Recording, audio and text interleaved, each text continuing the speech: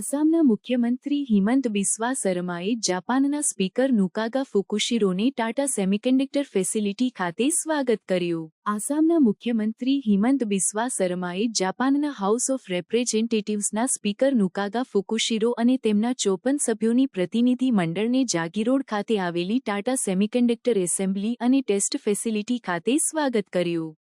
આ મુલાકાત આસામ અને જાપાન વચ્ચેની વધતી સહયોગની દિશામાં મહત્વપૂર્ણ પગલું છે. મુખ્યમંત્રી સરમાએ જણાવ્યું કે જાપાનની સંલગ્નતા આસામના ટેકનોલોજીકલ ક્ષમતાઓને મજબૂત બનાવશે અને આર્થિક વિકાસને પ્રોત્સાહિત કરશે.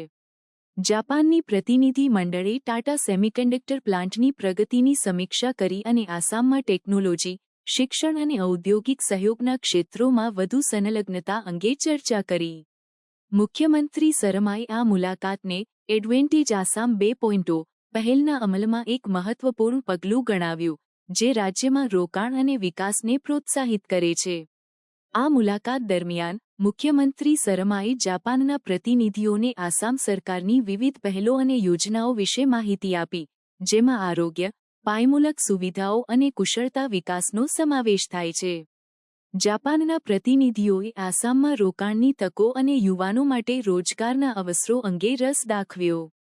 આ મુલાકાત આસામ અને જાપાન વચ્ચેના સંબંધોને મજબૂત બનાવવાની દિશામાં મહત્વપૂર્ણ છે.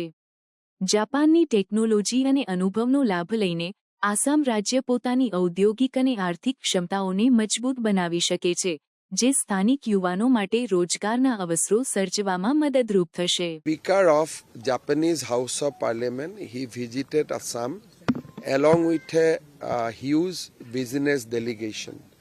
He visited IIT Guwahati. He interacted with the official of state government. He has also visited today Tata Semiconductor project. There is continuous engagement with the Japanese government and Japanese businessmen, and we hope that in due course Assam will see Japanese investment also.